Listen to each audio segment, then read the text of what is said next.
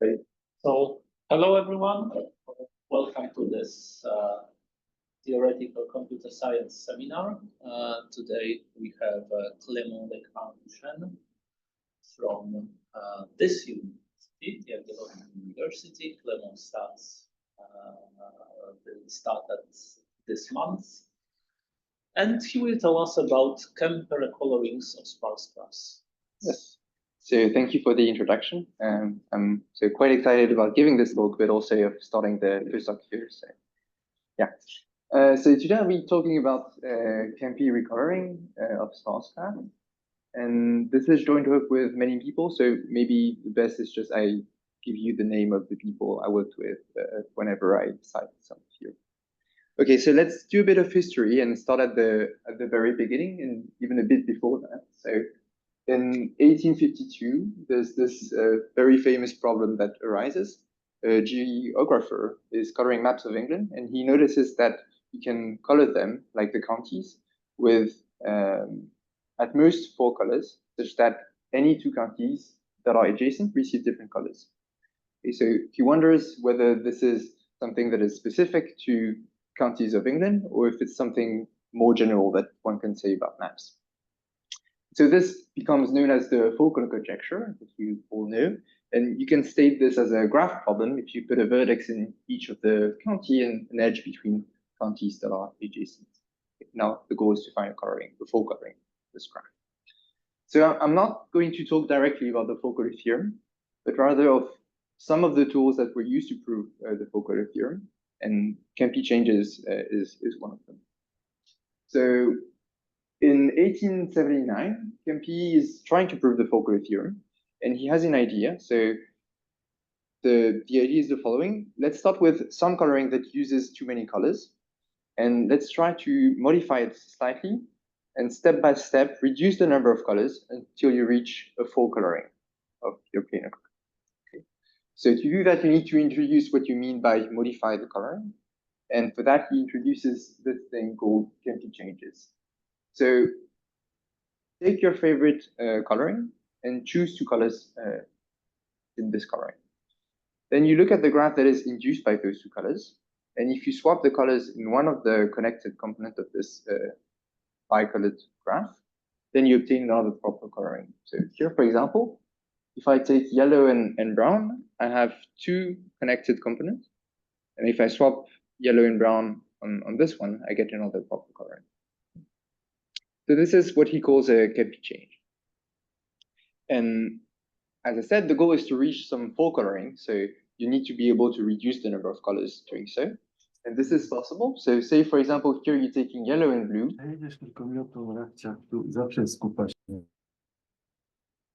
Sorry, I don't speak Polish.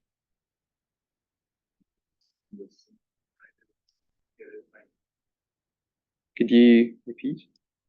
I'm not sure whether this was intentional. Okay, well, okay. I may have accidentally written that was supposed to be a question. So, Bartosz, if you want to speak, then please unmute yourself. All right, then let me just continue. And if you have a question, just ask it in English. I would prefer. So yeah, if you take 2 colors, such that in the graph that is induced by those 2 colors, you have isolated vertices. Then when you swap the colors, you may reduce the number of colors doing so. Okay, so this is what we call single vertex recoloring. It's a more specific recoloring operation, but that is also possible with Kempe changes. Okay? And this is also sometimes what we call trivial Kempe changes. Okay, so that's good. We can reduce the number of colors, and that's what we want to do. So in the end, the proof that Kempe tried to do of the Four Color theorem didn't work, but you can very easily prove the 5 Color theorem. And I'm going to show you the proof because it's very easy and will help you, I think, get a flavor of what's going on in general with Kempe changes. Okay, so you can prove that every planar graph can be 5 colored. So we proceed by induction. This is the same as proceeding by minimal counterexample. So take a minimal planar graph that cannot be 5 colored. And a good property of planar graphs is that they are 5 degenerate. So in any subgraph, you can find a vertex of degree at most 5. So take a vertex of degree at most 5, this one, and delete. Okay? Now you get a planar graph that is smaller, so you can 4-color it. You can 5-color it, sorry. So you get a 5 coloring of the rest. And now if some color is used twice in the neighborhood of my vertex, then I can add it back and use the 5th color. And this wasn't a counterexample. Right? That means that all colors are used in the neighborhood. Okay? And here I'm sort of stuck. I cannot give any color to this one. Okay, so let's do our Kempe recoloring operations here. So let's try to recolor this one with brown. Okay, so Kempe changes can be very long. You see here before we had an edge, but it can be very long, and it might be possible that when I try to recolor this one with brown, it goes in the graph and reaches this one, and then well, this one is brown, but this one is yellow, and I'm back in the previous situation where all the colors are used. Right, so it didn't give me anything. But if that happens, then that means that I cannot have a blue and orange Kempe chain that goes from here to here. And that's because my graph is planar. So here I have sort of a yellow and brown wall going on here that cannot go through. Okay. So then you can do a yellow-orange Kempe change and you get a 4 colors in the neighborhood, and this wasn't a counterexample. Right? Okay, so 5-color theorem is very easy. In fact, this is sort of the thing we're trying to do for the proof we have of the Four Color Theorem are sort of the same as this one, but way more complicated, in the sense that you have a very long list of configurations that should be in a planar graph. So here we have just one. It's having a vertex of degree at most 5, but in the Four Color Theorem proof, the list is very long. And for each of those configurations, you can prove that you can reduce it using Kempe changes. So we don't know of any proof that is simpler than this. And also, we don't know of any proof that doesn't use Kempe changes. So here they're like central in the Four Color Theorem. Okay, so that's for the Four Color Theorem. Another place where you might have heard Kempe changes is when you're doing edge colorings. So there's this very famous theorem of Vizing that says that if you take a graph and you color its edges, so incident edges receive different colors, then you can always do it with at most delta plus 1 colors, where the delta is the maximum degree of the graph.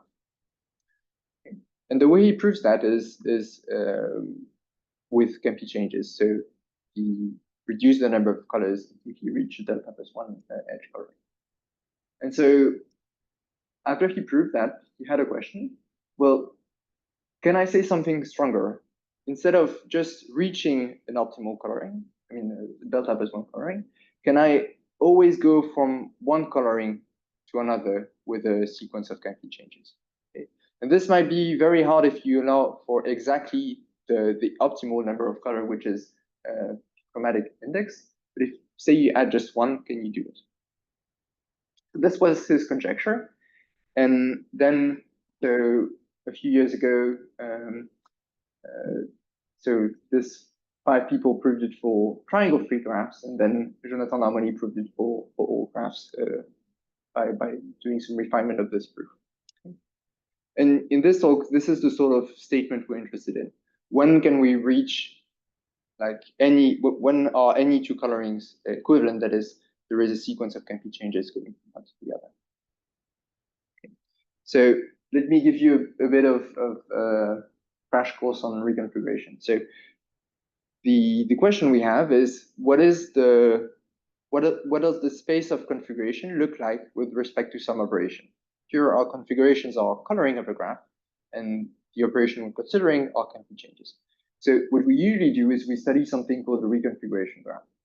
So a reconfiguration graph, its vertices are my configurations, so the colorings, and I have edges between 2 configurations if they differ by 1 operation. And then I can ask many questions. So the 2 questions we looked at before were the 2 following: can I reach an optimal configuration starting from anywhere, and can I go from any configuration to any other?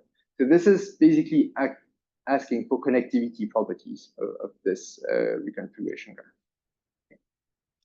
And then when you know it's connected, well, you can ask, well, how many steps do I need to go from one place to another? Okay, this is asking about the diameter. Also, so coloring, recoloring, reconfiguration in general might be very useful if you want to sample some random coloring. So in general, those configuration spaces are very, very large, and generating just one configuration is very expensive because those are often NP-hard problems. So what you usually do is you start by some arbitrary configuration, and then you perform some random changes, and you hope that if you do that for a certain amount of time, you will converge quickly to a uniform distribution on your configuration space. Okay? So this is studying a Markov chain, or basically doing a random walk on this graph. And this works well. The amount of time you have to do it is short if your reconfiguration graph has good expansion properties. Okay, so you always have this sort of link between what you're aiming for and this geometry of the reconfiguration. Also, you might be interested in counting the number of configurations. And actually, those two questions are very much related. Often when you can do one, you can do the other. And this is just asking for size estimate, but as I said, those two questions go together. And last thing you might do is you might be interested in enumerating the configurations with small delay between each output. And this is basically doing some gray codes and asking for Hamiltonicity of this reconfiguration. So there's other things you can do. I'm just trying to convince you that this is an interesting object. So today, the main questions we'll be focusing on are those two, diameter and conductivity. Okay. Do you have any questions so far? I didn't mention that at the beginning, but if you have, you're welcome to interrupt me. And okay, so let's start with one of the earliest results in the Kempe recoloring world. So in 1981, and Vergnas and Meyniel proved the following statement. So you take any d-degenerate graph, so a graph in which you can always find, in any subgraph, you can find a vertex of degree adversity. In any degenerate graph, you can go from any k coloring to any other when k is larger than d. So when this is the case, we say that it's k-recolorable. And I'm going to show you the proof because it's short and also because it's the most simple induction you could think of when you're trying to prove recoloring statements. So it's good to have this in mind if you want to understand what is going on later on. So we do it by induction. We take a vertex v of degree at most d, and we consider g prime, which is g minus v. Okay. Then take two colorings alpha and beta of your graph, and you want to go from alpha to beta. So when you restrict them to g prime by induction, you know there is a sequence of Kempe changes going from one to the other. Okay. So what we're trying to do here is to make this sequence of Kempe changes valid in G. Okay, and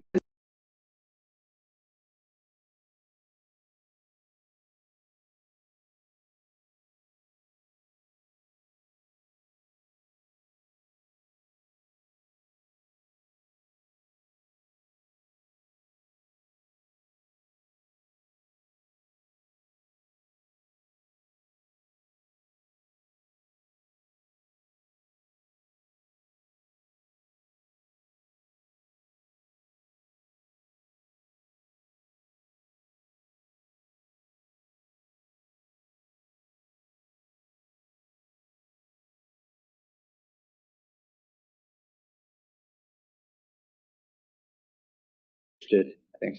Okay, I'm going to put this further away. So do you know when it disconnected?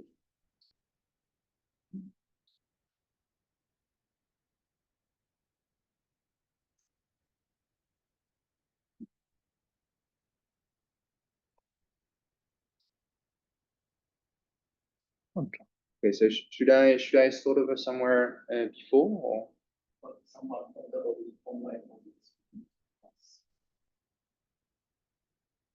Well, I'm on the line already. That's bad time. 1 minute ago. Okay, so let me just start at the beginning of the proof. Maybe I'll be. Yeah. Okay, so take a vertex of degree at most d, proceed by induction, remove b, and take two colorings of g. You know there is a sequence going from alpha restricted to g prime to beta restricted to g prime, Kempe changes. Now the goal is to make it a valid sequence in g, and then you end up with two colorings that are equal on g prime, but that might differ on b. And then by doing just a single vertex recoloring on b, you end the sequence. Okay, so the goal is to extend this sequence to a valid sequence in g. So what can happen? Say I'm doing a yellow and blue Kempe change here. Okay, well, it doesn't involve v, so it's also a valid Kempe change in g. Okay, so this is all right. I can do it in g. Now, say I'm doing some yellow and brown Kempe change. Well, v is brown, so that means that this Kempe chain that was happening here is now merging with this one. Okay, so I'm modifying a part of the graph that I didn't want to touch, and that means that maybe I won't be able to do some later part of my recoloring sequence. Okay, so I sort of want to break this here so that I do not modify this part. Okay, so you may notice that when this happens, that means that V has two vertices that are identically colored. And because of this bound and this one, that means that you have some color that is not used in the neighborhood of V. And therefore you can do a trivial Kempe change on V. And now those are distinct components again, and you're good. Okay, so whenever you're doing one change here, you're doing maybe two in G. So first thing you may notice is that this gives you a sequence of exponential length, maybe. Okay. And so there's this central conjecture, which is that, well, in fact, maybe we can find some that has quadratic length. Okay, and this is still open as of today, and this is one of the central conjecture that I'll be talking about a lot. Okay, any questions on this proof? Or are you fine? Conjectures and square, is there some example for square? No, we don't have any example that is super linear. We conjecture, so I don't, like when you try to prove it, basically, you sort of have repercussion going on in all the vertices that you remove before. So you tend to have a feeling that maybe if you get a proof that is polynomial, you will just need to do like sum of k for k going from 1 to n. That's my understanding, but we don't have any evidence that this is the right bound. But I'll talk about the bound, the exact bound again later on. So this conjecture, as I said, it's still open, but we know still stuff on related settings. So for example, if you do only single vertex recolorings, then you're not connected at d+1, but you're connected at d+2. Okay. And there was this Sarasota conjecture that was also asking whether there was a recoloring sequence of length quadratic. It was open for a very long time. And then 2 years ago, this paper appeared proving that you can do big O of n to the d+1.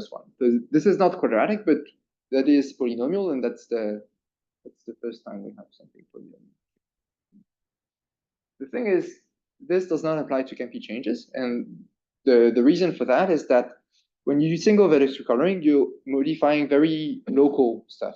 When you're doing Kempe changes, maybe your Kempe change is going far away and then messing up with something you already did before and you don't want to touch anymore. And this is, in my opinion, why Kempe changes are a bit harder. It's because it's harder to control because it's not local. Okay, so that's for single vertex recolorings, but for Kempe changes, we actually know also things in other sparse graph classes that are related to degenerate graphs. And I listed some here, but we won't focus on all of them. And the question we'll be asking are those two thresholds. So the first one is the threshold at which your graph, any graph in your class becomes k-recolorable. Okay, so I denoted chi bar. And then the other one is the threshold that we can recolor it, but with a sequence that is polynomial. Okay? So those two thresholds are the ones that are interesting for us. And today we'll mainly focus on planar graphs and graphs excluding the man. Okay, so here on this side, I hope you can see something online. I'll just sort of write down what we know. This way you can keep track of what's going on and yeah, see here. So d-degenerate graphs, I just said that chi bar was equal to d plus 1. And the polynomial version is less than d plus 2. And the question is it equal to d plus 1? Okay. So this is for d-degenerate graphs, and that's what we know now. Okay. No questions? Okay. So I'll start with planar graphs, okay? Because planar graphs, we know there are 5 degenerates. So maybe by understanding what's going on in planar graphs, we can get an understanding of what's going on in d-degenerate graphs, because we have a lot more structure in graphs. Okay, so in 1978, so it's one of those early papers in Kempe. You have basically 3 names that come up in the 80s working on Kempe. You have Meyniel, you have Vergnas that we've seen already on this paper, and you have another one that is Fisk that we'll see a bit later on. So there's this paper of Meyniel that says that, well, when you're trying to recolor planar graphs, actually there are 5 degenerates, so you can do it with 6 colors. You don't need 6, you can do it with 5. Okay. And he does a proof by induction, so he also gets an exponential bound. And he proves also that this 5 here is tight. That means that you can find some planar graphs that have 4 colorings that are not equivalent. And the way he proves that is very simple. It's the most common way of proving that some graph is not k-recolorable for something. So the principle is to use frozen colorings. So a frozen coloring is a coloring in which any 2 colors span a connected graph. And therefore, if you try to do a Kempe change on those 2 colors, you're going to swap the colors in the entire graph, and you are not going to modify the partition that is induced by the color classes. And this stays frozen. So frozen colorings are an invariant of Kempe changes. So here, for example, any 2 colors, so yellow and orange, for example, span a path, and you can check for any 2 other colors, will always span a path.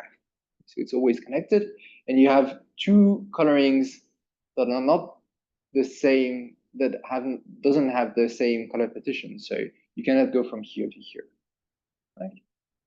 Okay, so that's frozen coloring. So I'll get back a bit later on. It's a bit frustrating that this is the only tool we have, because sometimes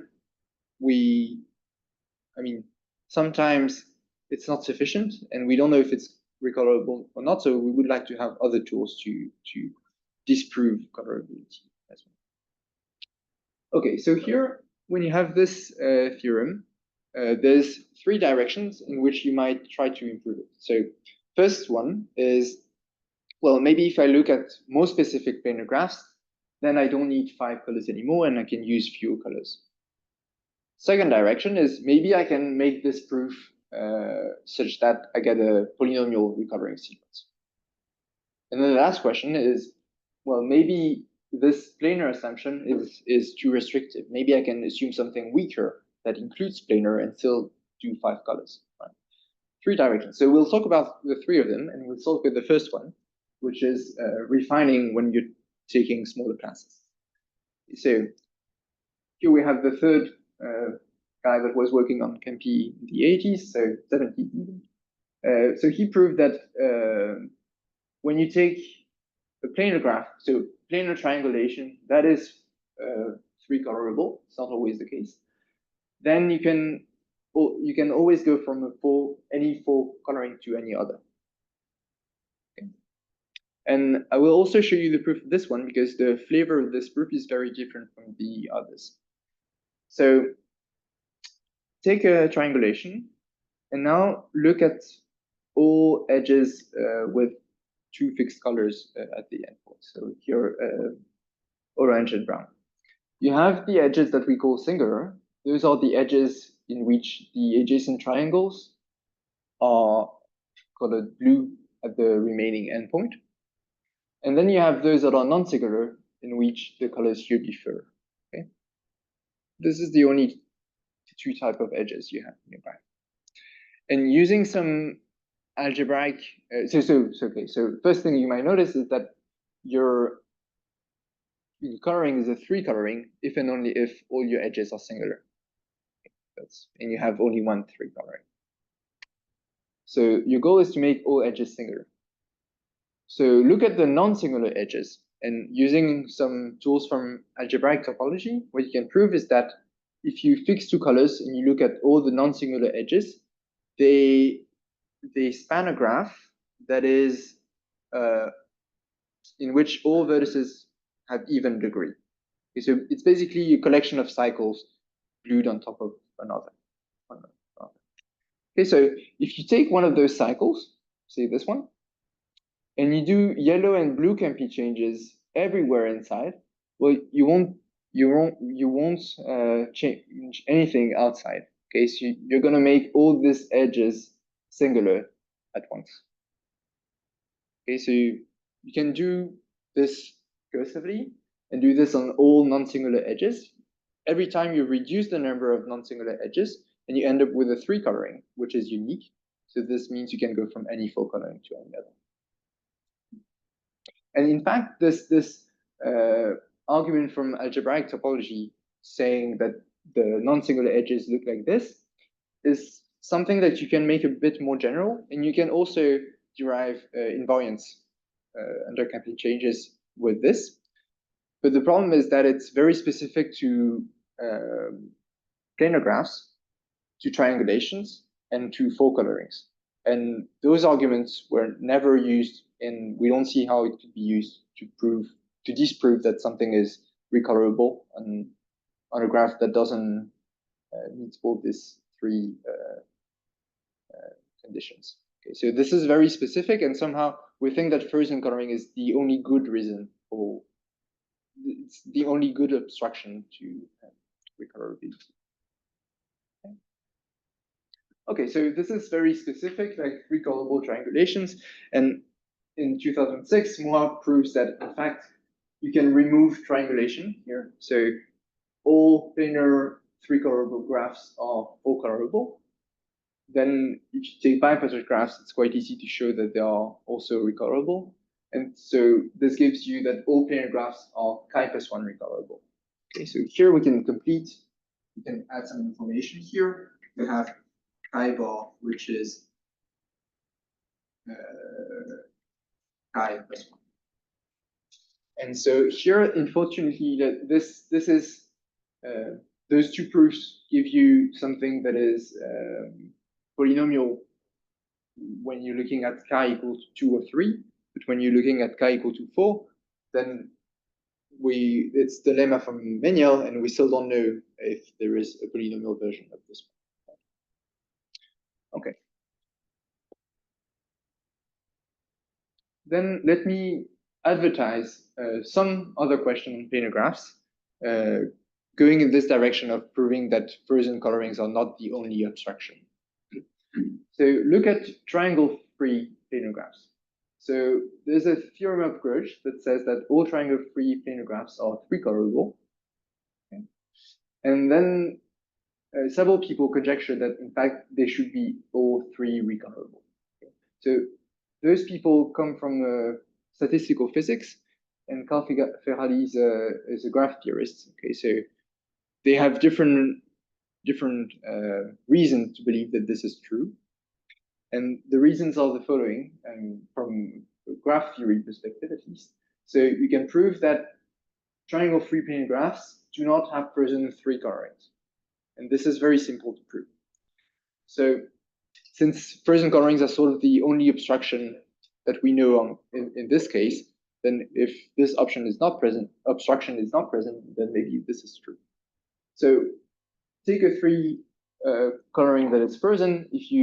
If you look at the graph that is induced by 2 colors, you know it's connected because your graph is your coloring is Freudian. So here you have at least a tree.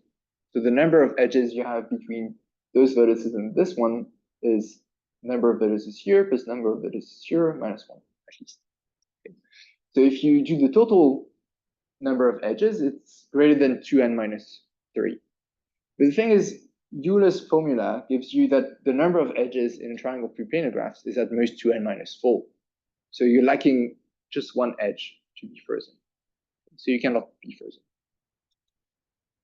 And actually, so what I prove is that this question is equivalent to the following: are all planar graphs of girth 5, 3 recolorable? Okay, so this is true if and only if this is true.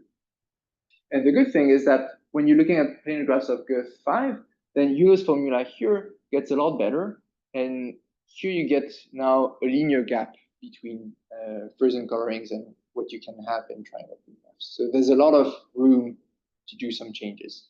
Okay, so this is more believable than this one. And look, yes, this is equivalent. So this is a good question to look at because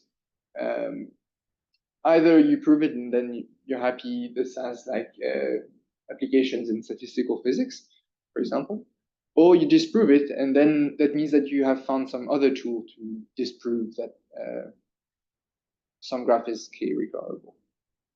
So you get knowledge in both cases. Okay, so here let me add this on here. The question we're asking is it equal to 3? Okay, let's get to, so remember I said there were 3 directions in which you could improve the theorem of Meyniel about recoloring 5 colorings of planar graphs.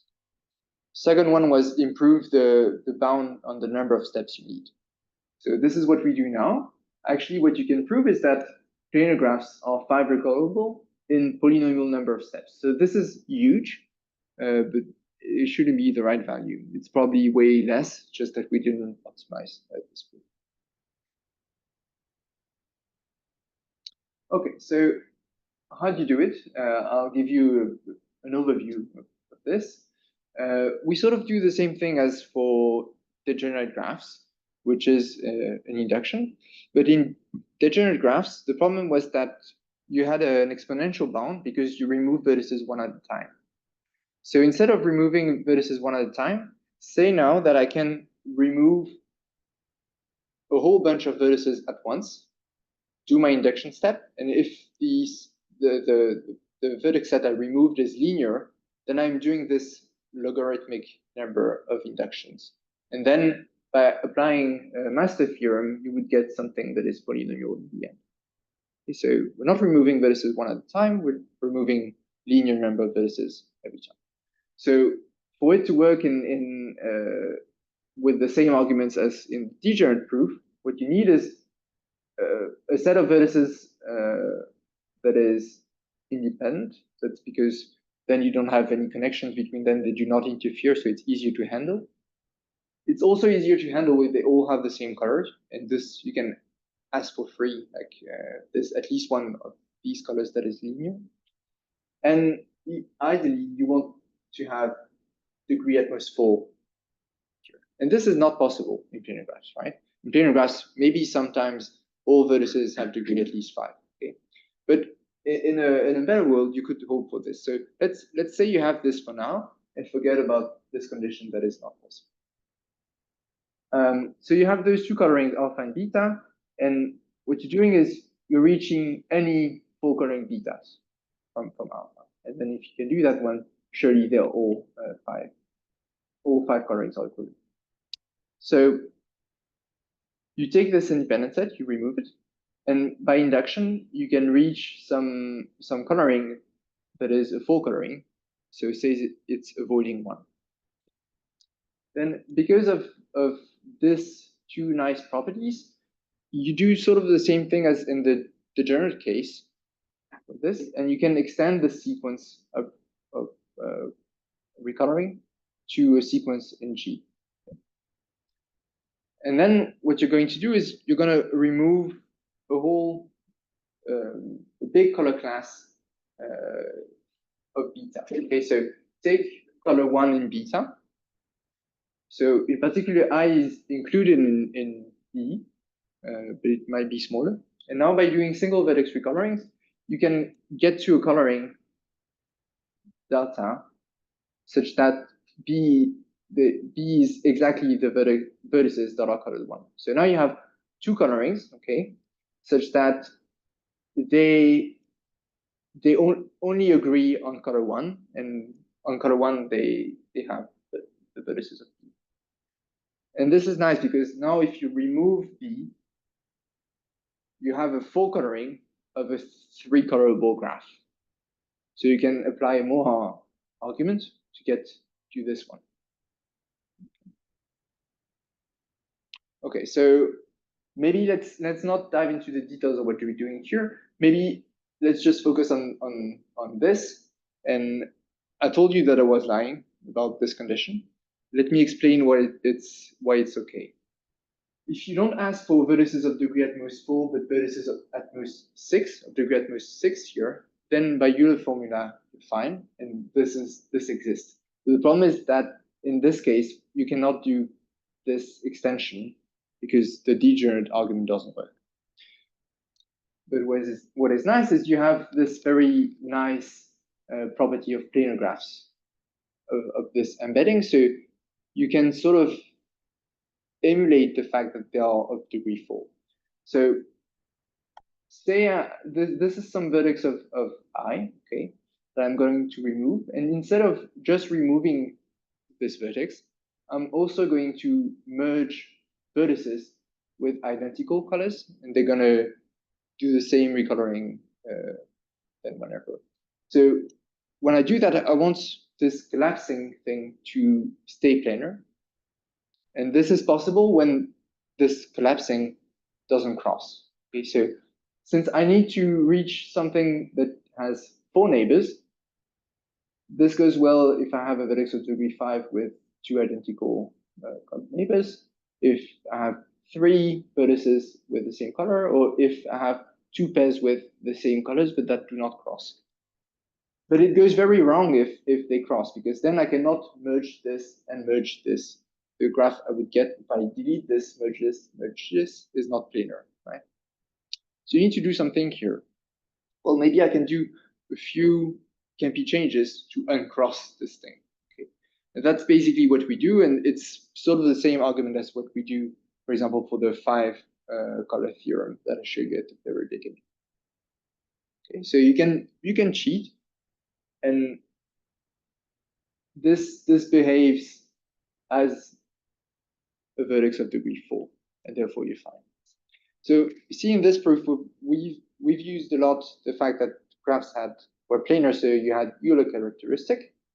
And this is very useful because you can remove a linear number of vertices of low degree at the same time. In degenerate graphs, that might be not possible. So you actually didn't learn anything on degenerate graphs.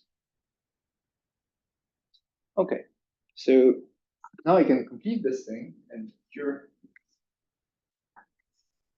my polynomial recoloring number is also the same. Okay, now I think is a good time for you to ask me any questions that you might have. I'm gonna leave this proof now and go to something else. And also, if you want some cake, I made some cake, so you can take some and eat some. I will just. So no questions? Okay, I'll just continue. So I thought I was going to talk about KT minor 3 graphs. So now is the time. So in this paper of 1981, the same as the degenerate one, Vergnas and Meyniel also proved that, in fact,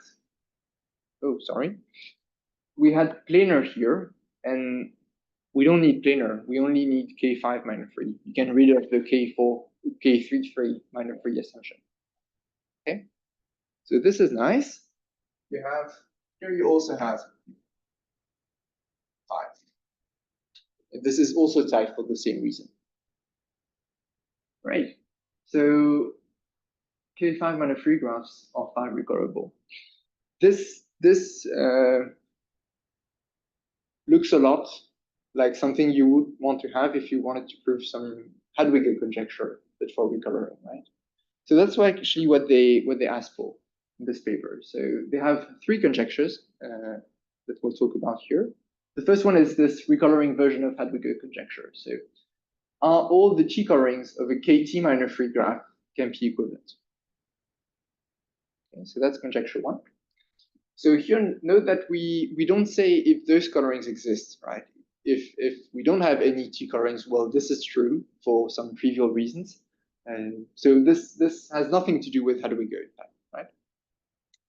This one, well, we ask for something a bit weaker. We don't say that all t-colorings are equivalent. We just say that any t-coloring is equivalent to a t-1 coloring. T-1 coloring is what you would get with Hadwiger, right? So Hadwiger plus conjecture 1 implies conjecture 2.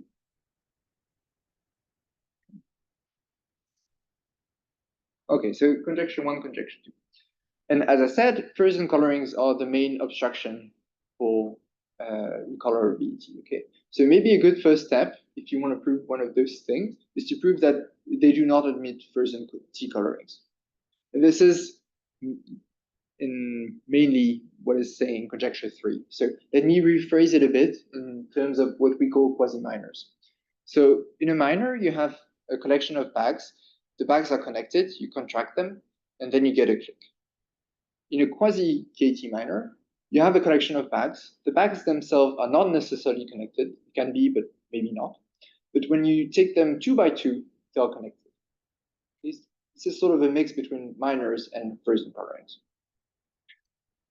So here I put the entire definition if you want to read, but I won't. And so as I said, well, if you have a KT minor, clearly you have a quasi-KT minor because, well, all bags are connected. And when you take 2 of them, you know there's at least one edge between them. So a KT minor is a quasi-KT minor. Also, if you have a frozen coloring, well, it is a quasi-KT minor because the color classes, when you take them 2 by 2, they induce connected graphs. But the reverse direction does not hold here, right? Because maybe this quasi-KT minor, the bags have some edges within, so it's not an independent set that doesn't give me coloring, right? Okay, so for the last conjecture, the motivation is the following. So take a graph with no KT minor, which has all its T colorings that are equivalent. So either you have no frozen colorings, or if you have some frozen colorings, then it's the only one up to color permutation. Okay? And that means that if it's the only coloring and it uses T colors, then there's no T-1 coloring, and therefore Hadwiger conjecture is false. Right?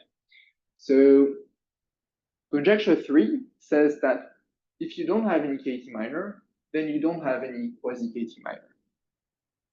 So this is the reverse direction of this. And the reason for that is that if you don't have KT minor, you also have no frozen T coloring. So maybe conjecture 1 and 2 are more likely to be true. And so conjecture 3 was proven true for increasing values of T's. So in this original paper, it was for T at -5. And then there's a series of paper up to T equal to 10. So let's sum up a bit what we said. So there's 3 conjecture. First one is T-recolorable. If you assume Hadwiger conjecture, it implies the second conjecture. And if you have the first one that is true, but not the obstruction to the third one, then Hadwiger conjecture is false. So this is sort of the landscape. So what we do is we disprove conjecture 3 and 1 and 2 at the same time by some linear gap. So for large T, for any epsilon, so for any epsilon n large enough T, this order, you can find a graph that has a frozen coloring, but doesn't have any k2/3 plus epsilon T minor. Okay. And this graph also admits another T coloring. So this means that this means that, I mean, all those conjectures, of course. Also, what we prove is that you don't have quasi-kt minor implies kt minor, but you have quasi-kt minor implies kt over 2 minor. This is very simple. Take a quasi-kt minor. If you pack the bags 2 by 2, well, now you have t over 2 bags, and each of them is connected, right? So this t over 2 can't hold. So this proof is actually very simple, and it's a probabilistic argument, probabilistic construction that I will show you right now. Okay, so we're going to construct a graph GT that has a Poisson coloring and no k 2/3 plus epsilon t minor. So this graph JT will have 2 t vertices that we name A1, B1 up to AT, BT, and so AI, BI are of the same color and in the Poisson coloring. So if I want this to be a Poisson coloring, so I start with a click and I need to remove the edges between AI and BI for them to be colored identically. Okay, and then when I take any 2 color classes, I want it to be a Poisson coloring, so I want to have a connected component here. Okay, so for now I have 4 edges in between, and for it to be a connected component, I only need 3 of them, and 2 of them is not enough. Okay, so I remove one of those edges at random for each per ij, independently from the others. Okay, so I get this sort of thing. So here, this dash edge is a non-edge, right? Okay, so clearly this has a Poisson t-coloring like construction. And then with high probability, when t goes to infinity, well, you will find in your graph this configuration, this finite configuration inside. And if you find this finite configuration inside, well, instead of coloring it like this, you can color it like this. This has a different color partition, so you have another coloring. And then the big part is to prove that with high probability, this has no k 2/3 plus epsilon t minor. Do you have questions on what we're doing? Is it fine? Yeah. Okay, so let's sketch a bit the proof of this thing. So say you have a k 2/3 plus epsilon t minor. Let's sort the bags. Okay, so let's put on one side all the bags that have size 1, then all the bags that have size 2, and then all the bigger bags.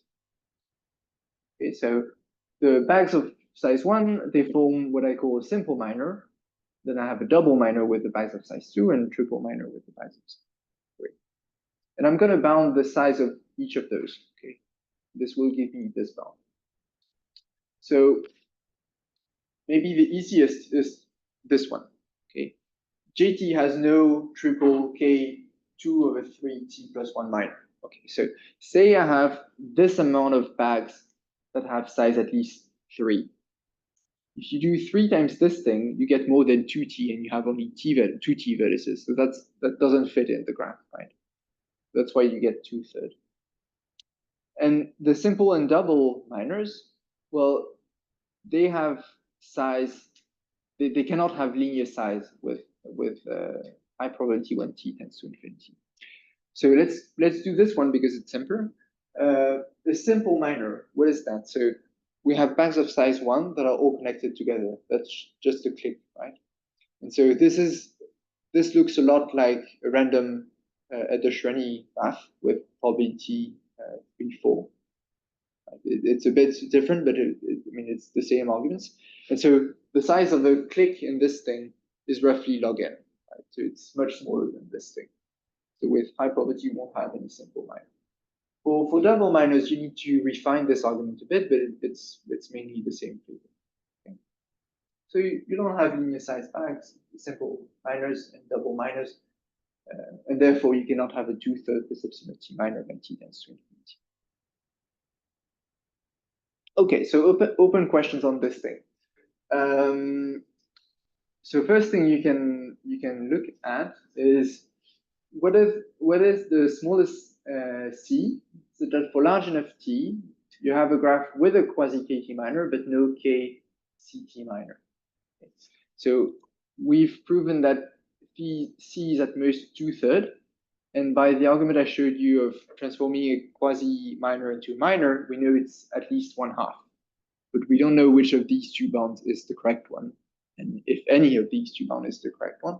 So I've tried working on this a bit, and it was very hard. So I mean, for me at least. So I don't know what the answer should be for this.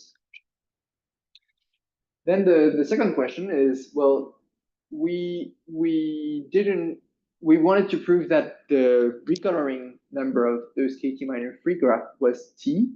We didn't manage.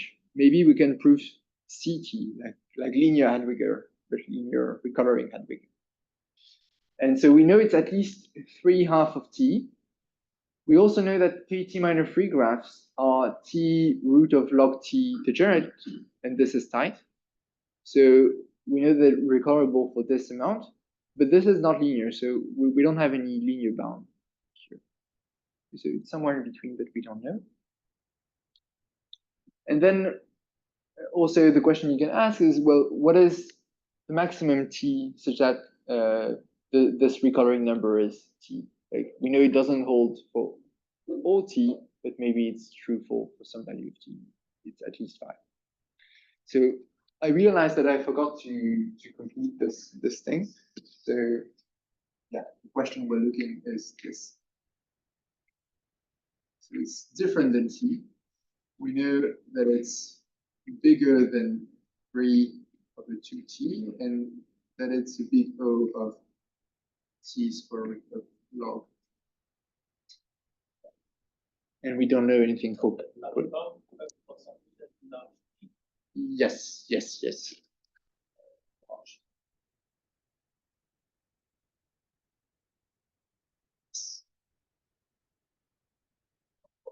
question. I remember you showed on the slide that there are some greater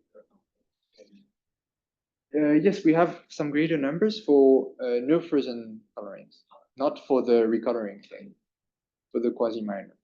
Somehow, like if quasi-minor was the same thing as minors, it's great because it gives you a definition that seems a lot weaker to work with.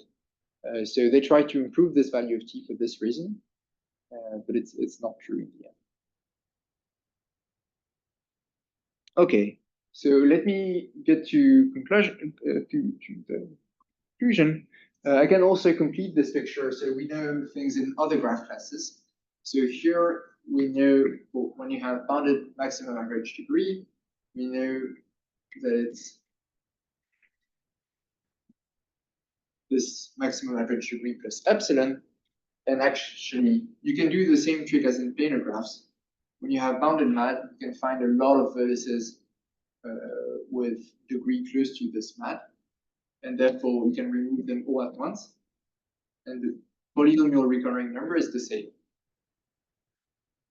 And for bounded true width, we know it's true width plus 1. And we can also prove that it's equal to the polynomial number. And that's because, I mean, we've reduced to Calder graphs that have very strong structure. There's one last thing I didn't talk about here, which is graph of bounded degree. But yeah, maybe I can talk about it if you have questions, but otherwise I'll just. Yeah. Okay, so open questions. One I've been talking on and on about is what are the obstacles to recolorability, the obstructions to recolorability.